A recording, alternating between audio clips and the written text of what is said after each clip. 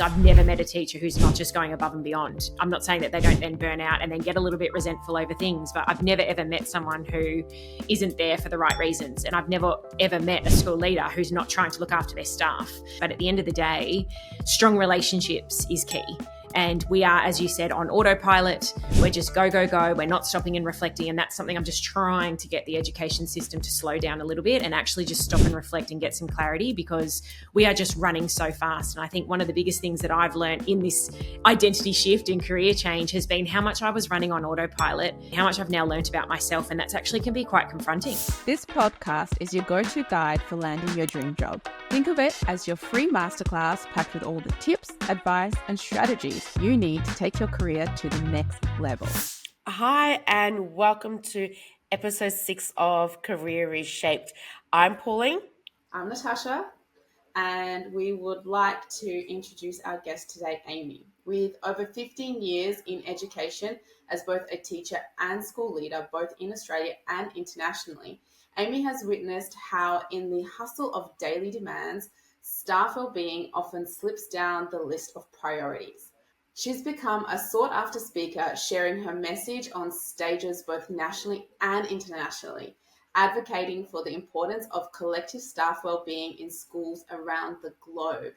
Aimee brings a rich blend of expertise, including a master's in educational leadership, a health and wellbeing coaching professional certificate, and an accredited practitioner certification in workplace wellbeing.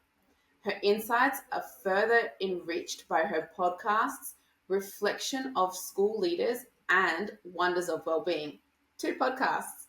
She believes that to lead well, school leaders must first prioritize their own well-being.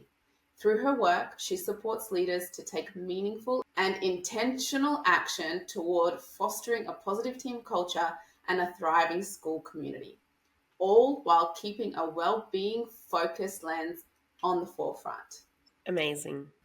Hi, Aimee. Thanks for joining us today. Hi, how are you? Thank you for having me. I'm really good. So nice to see you both again. Yeah, it's great seeing you too. I haven't seen you. It's been, a few years now. Do you know what? I actually just looked it up, and it was 2 years ago in 3 days. Oh, wow. Wow. Oh, I can't wait to hear. Aimee was one of our first career change clients. So we're really happy to have her with us and delve deep into all the ups and downs. Hopefully there were more ups than downs through her journey. And we'd love to just know everything. So, Aimee, we've read your beautiful introduction and all the amazing things. And I'm very excited that you have 2 podcasts now, seeing as we're just getting our first one off our feet. So we know how hard it is. So well done on that. Thank you. Thanks so much. So why don't you give us a little rundown of exactly when it was in your career that you realized you needed to reshape what you were doing? That's such a good question.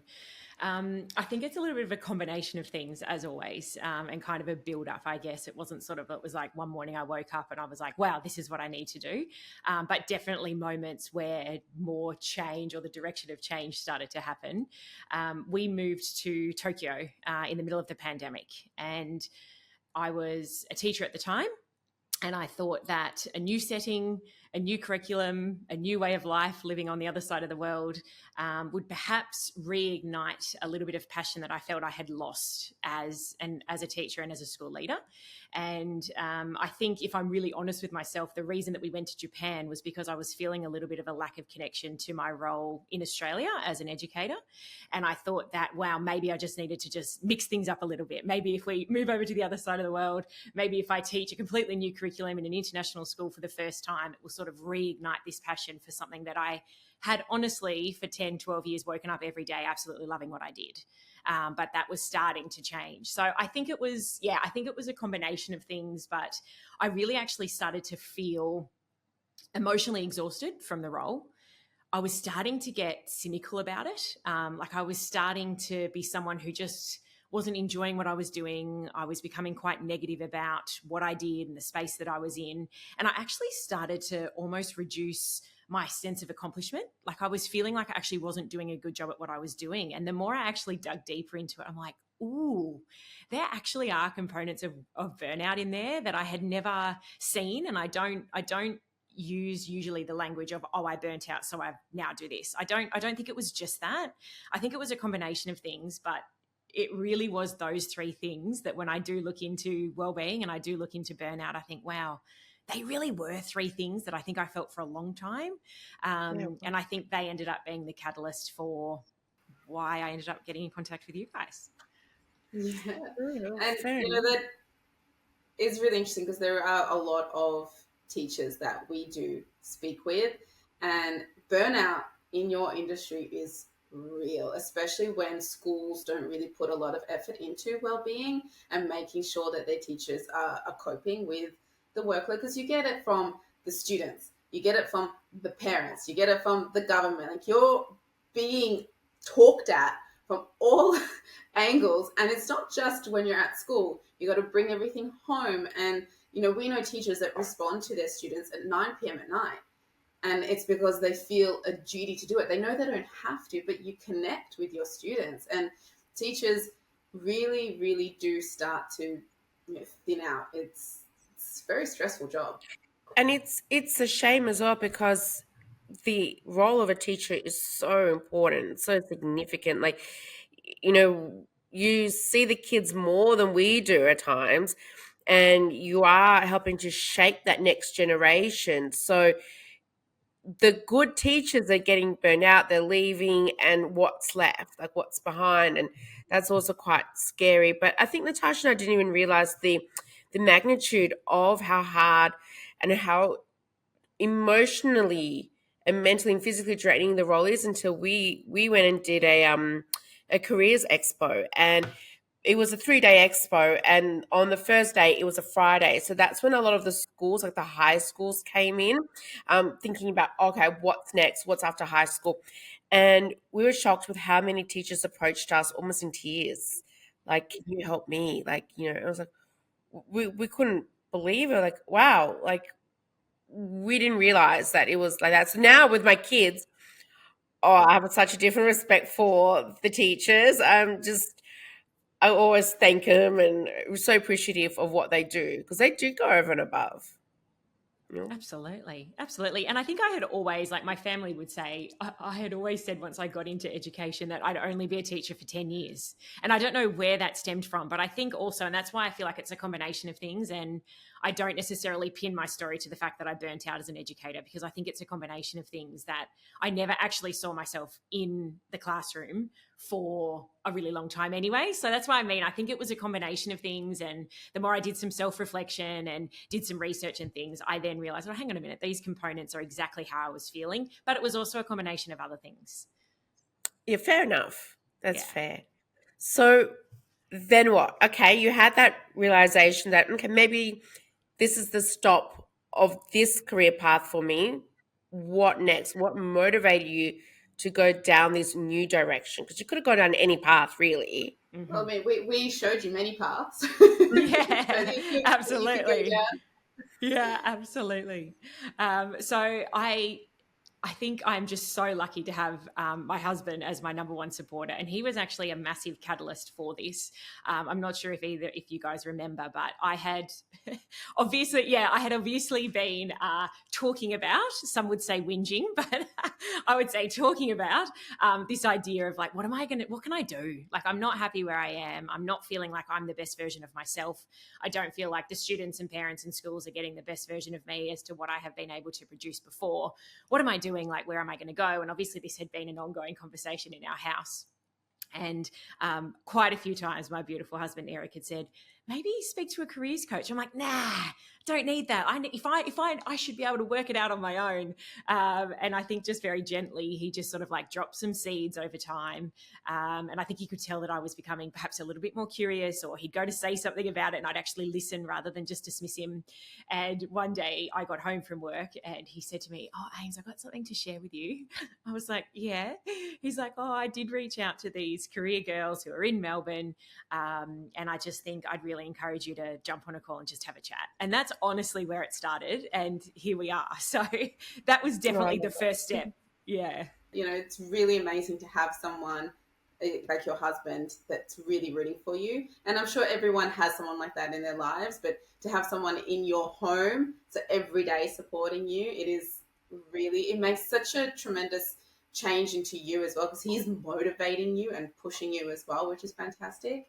So yeah, you reach out to us and we had a conversation. We did the whole thing, the report showing you all the different career paths that you can take. But we also did look into your idea of this business, of going out on your own. And when Pauline and I were doing the research there, the feedback we gave you was 100% you Yeah. can do this. This was really exciting for us, because look, there is a gap and you could feel it. And you'd already had a podcast going, you'd already been building up your network, which is something we've mentioned in previous episodes, that having a strong network is really important. So do you feel that really helped you start strong, the network you built? Oh, 100%. And still what I heavily rely on. Absolutely. And I think for some people, perhaps if your career change ends up being in a completely different field, it might be a little bit harder. But I guess a benefit for me was that I was pivoting, but staying within the same industry. And that really helped in terms of the evidence that you've got of what you know about the space, and the connections that you've got, and the knowledge that you've got in it. But in saying that, there was still a truckload that I had to learn and upskill myself on, because I was pivoting. And I actually wasn't sure if I had already started the podcast when I had reached out to you guys, or if I started that once we had chatted. But yeah, perhaps I had actually already started the podcast prior to reaching out. Yeah. Yeah, no, you definitely had. And it was through that podcast you actually were building little networks and potential pathways for yourself, maybe other career pathways. So even doing that really helped you figure out, no, I don't want that. Like, it would be a great opportunity, but I'd rather keep doing what I'm doing. So once you made that decision to say, once I come back to Australia, I'm focusing on this new business idea. What did you have to do? Like, what did you have to overcome? Did you have self-doubt? Were there any other hurdles that you had to jump over? Oh, yeah. Oh, Yes, yeah. there were. Oh, yeah. I think when I reflect on it, I think the biggest struggle I had, or the biggest challenge I had to overcome, was a shift in my identity, which sounds really deep and big, but it is. And I think, again, even though I was staying in education, who I was and what I did changed. And who I was in this new space was something that I still am working out 2 years on, and still trying to find my way. I feel so much more in that identity now. But I think that shift in identity for anyone who either completely changes career paths or shifts is huge. It requires a lot of vulnerability.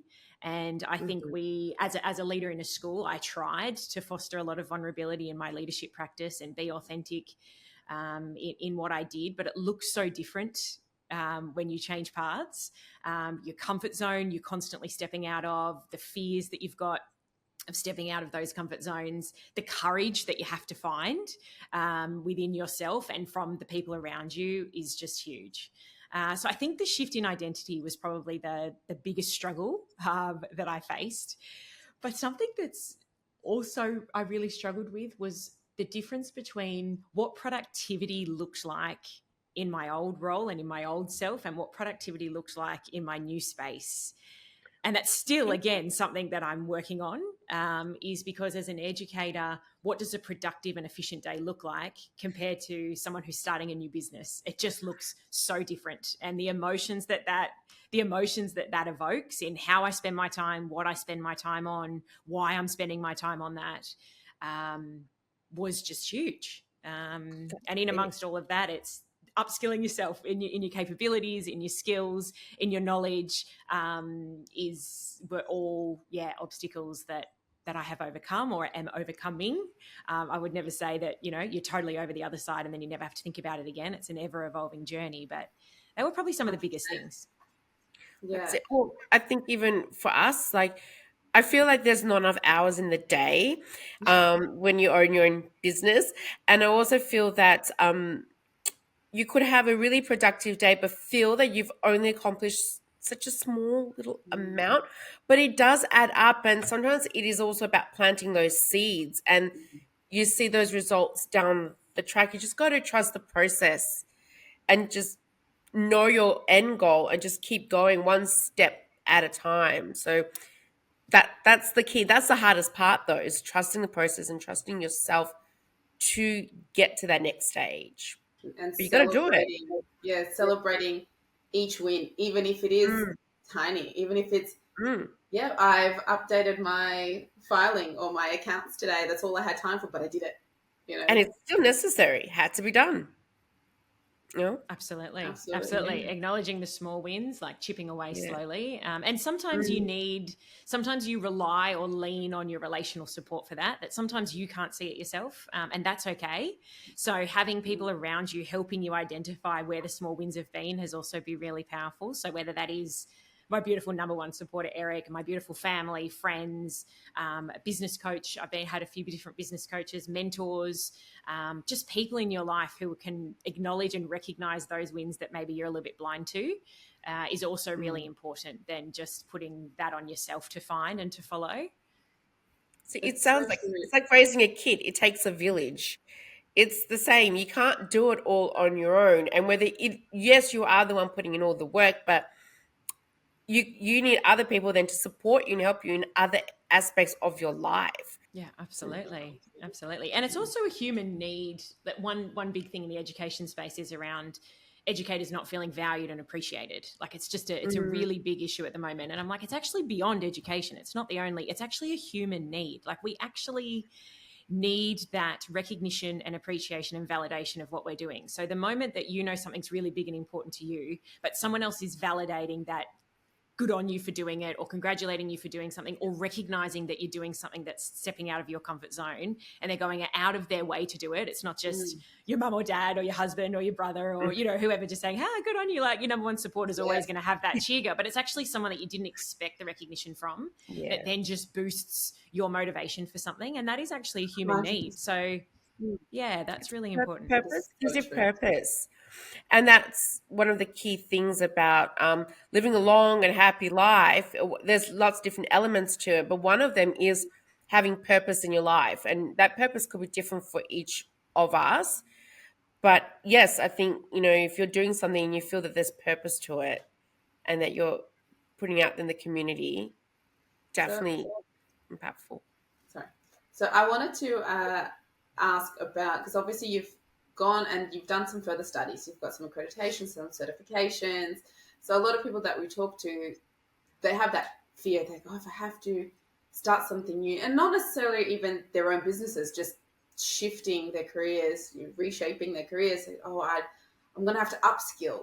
I'm missing this particular skill. I need to study. I don't know. And then they start thinking about the financial and the time and what does that mean? So how did you wrap your head around that and, decide, yes, this is what I'm going to do and push through that? It's a good question. It takes time, for sure. And I think it was coming back to a little bit like what Pauline just said, like coming back to that purpose and that good old ikigai. Like, why are you getting up every day to do what you do? And at the time, obviously, we were in Japan, and ikigai is a Japanese philosophy, and actually happens to be a book that when we were stuck in lockdown, I had ordered on Amazon. When you go on Amazon and it's like recommended suggested purchases at the bottom that just add to your cart to just spend more cash. Yeah, well, I love that book though. Yeah. Well, I was a fool and added that to the cart one day. And I think that it was just always ringing in the back of my mind, Japan itself, teaching over there, the cultural shift, that in itself was a lot of learning for both of us, both Eric and I personally and professionally. And so there was already so much in our lives happening. And so then to also compartmentalize that I'm actually thinking that there's a career shift that needs to happen here, it was really overwhelming. And it did definitely take time, as I said, of gentle conversations. And I guess being heard in that you don't need to fix it straight away, I think was amazing, where Eric wasn't trying to necessarily fix it. He was just giving me the space to share the frustrations, to share the concerns, to share the possibilities. And then just slowly over time, I was able to just sort of say, okay, I need to do something. Like, I don't want to keep living this way. And I think for me personally, it was more about everyone else, the impact that I was having on others, in that I didn't feel like I was being as effective in my role. And so therefore that wasn't fair on those that I was teaching, the families. And even when I say that, like even when I finished, I still know I was doing an awesome job. You know, it's not like I wasn't turning up to work. It wasn't like I wasn't teaching with my bed. Like within myself, there were the struggles. It wasn't the outside. It wasn't that I wasn't doing a good job in my role, if that makes sense. I know I've had this conversation with people and they're like, so you just didn't teach for 2 years? I'm like, no. No one, I don't think on the outside would have even known in many ways, unless I had shared with them that I was having those struggles. These were all internal limiting beliefs that I was having, or my own shifts in my own self. That was the real working out, hang on a minute, I'm probably not as effective as I used to be, and I'm not waking up every morning absolutely loving what I'm doing. Even though there's challenges, I still loved it. That was shifting. So I think that was more, the challenge. I have another question. So you said, we didn't know this about you before, but you said that when you first decided to do teaching, you had that thought of, I'll only do this for 10 years, right? So that's already really profound. Like the fact that you kind of knew that about yourself, that this was not going to be long term. So now that you've shifted and you've got your own thing happening, what was your thought process with that one? What was my thought process around? What did you have? Longevity, future. This is it. I'm going to keep growing this, and I'm going to keep changing it. Like obviously, like you said at the beginning, it's all about evolving. So you started your business, say here, but you're going to evolve. It's going to happen naturally, whether you want to or not. But how do you see that progressing? So your career continuously reshaping. What do you see for your future, and what do you think you're going to need to do to achieve that? Awesome question. Big question. Back when I said that I only wanted to be a teacher for 10 years was actually that I didn't see myself as a classroom teacher for 10 years. I probably saw myself as I'd probably teach for 10 years and then I want to be a principal of a school. Like I want to be at the headship. That was like the vision. And I think over time, once I had exposure to leadership and was very much involved, not as a principal, but very involved in what it took to be. I had a little bit more of an insight, I guess, into what it took to be a principal and what the job actually was versus what I think I thought it was initially. I then started to just realize that was not for me. That I had a drive, or there was almost something pulling me to stay in education. I'm still extremely passionate about that. Lots of people say to me, how come you haven't ventured out to corporate? Like education's so hard to get into, which is so true. Education is not easy to get into and into the systems, but I've just got, that's not where my passion is. Like that's not where I want to have an impact. It's helping those who I thought I wanted to become, but helping them be the best version of themselves so that they can be well to lead well is sort of where that went. So I think it's always, where do I see things going with wellness is I would love it to be the go-to wellbeing space for leaders in education. Like that's my vision, and I'm not there yet at all. So that is 100% where I see it going and where I want it to go. And yes, we've made some amazing growth, but I want wellness to be the place that leaders go to get support for themselves and their teams. The world that we live in, I mean, connection, belonging, relationships have always been part of our human needs. Maslow's hierarchy, always extremely important parts. But I think the more complicated the world's getting, and the education system itself is just getting extremely complicated with just work demands just increasing so much, both at a system level, at a school level, teachers. I've never met a teacher who's not just going above and beyond. I'm not saying that they don't then burn out and then get a little bit resentful over things, but I've never ever met someone who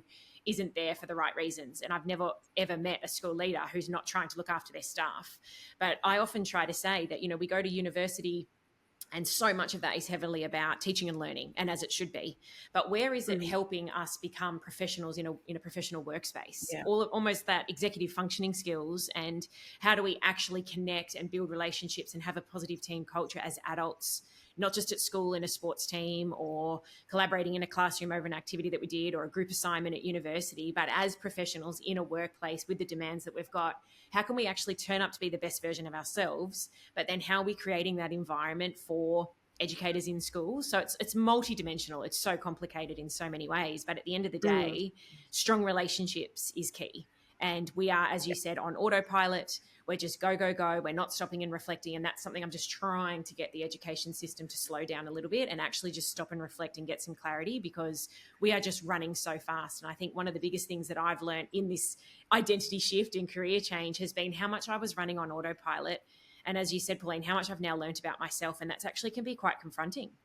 There's a lot Yeah. that sort of has come up for me over the last 2 years that's really taken me time to process, that actually that is part of me that I wasn't as aware of, because I was so in autopilot, or things have sort of just been, I feel like there's almost a spotlight that's been put on them, that actually has always been me. But once I shift the way that I work and how I work and all the challenges that come with it, things have sort of been thrown at me that I wasn't aware of, or I didn't know about. And I think that's so much the case for people who don't just have a career change, but actually, when was the last time you just invested in your own time and your own self and invested in a coach to just stop and reflect for a minute?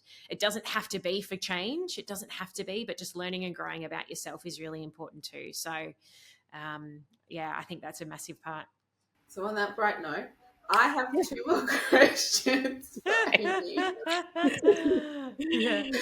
So, because we have obviously a wide range of clients and hopefully people listening, and our goal for this channel is to talk to people from all different industries that do all different things.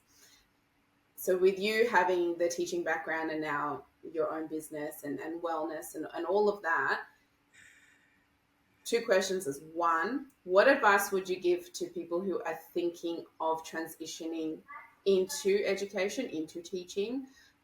And then the second part is, what advice do you have for people transitioning out of teaching? I think people transitioning into teaching, is to make sure that you're looking after yourself.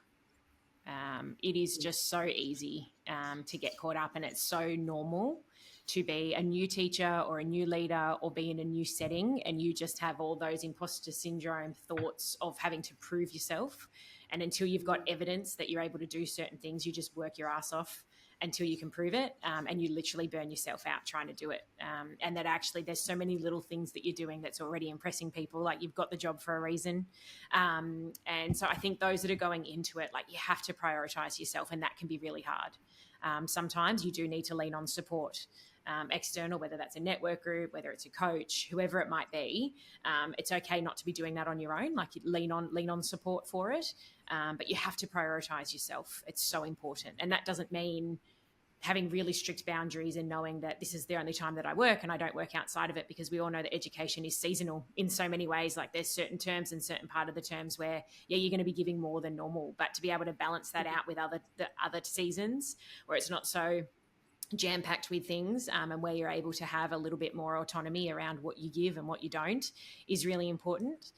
I think those that are thinking about whether getting out of education totally or shifting what it is that they want to do within it, is get in contact with Natasha and Pauline, because without having the people outside of, there's a quote that I use in what I do now that came from a client, but it actually is the same for you guys, is that it's so nice to have someone in your corner that's not part of your inner circle. And that's a massive part of big marketing thing that we use, because that's what clients have said to me, is that, Aimee, it's just so nice to have someone in my corner that's not part of my inner circle, who's there supporting me, but is challenging me and have a different perspective on you as a person. And I think that was a really important part, where everyone in my life was telling me to just go for it and had so much belief in me. And not that you two didn't at all, of course you did, but it came from a different challenge around, like, but how could that look and what are your options? And it was sort of those deeper questions that weren't as surface level as perhaps those that loved me, that were just like, go for it, like, we've got our 100% support.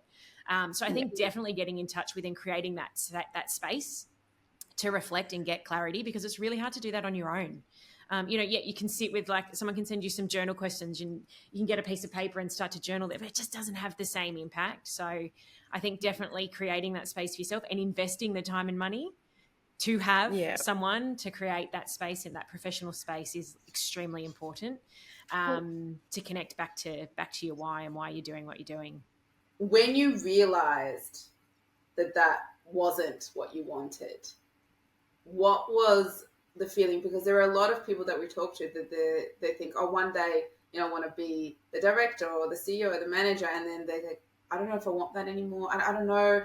And it's, how did you sit with that feeling before knowing what else you wanted to do? Like, when that came, how did that make you feel? Uh, it's not a great feeling initially, because you feel like that's what, you've sort of got your career trajectory sort of laid out.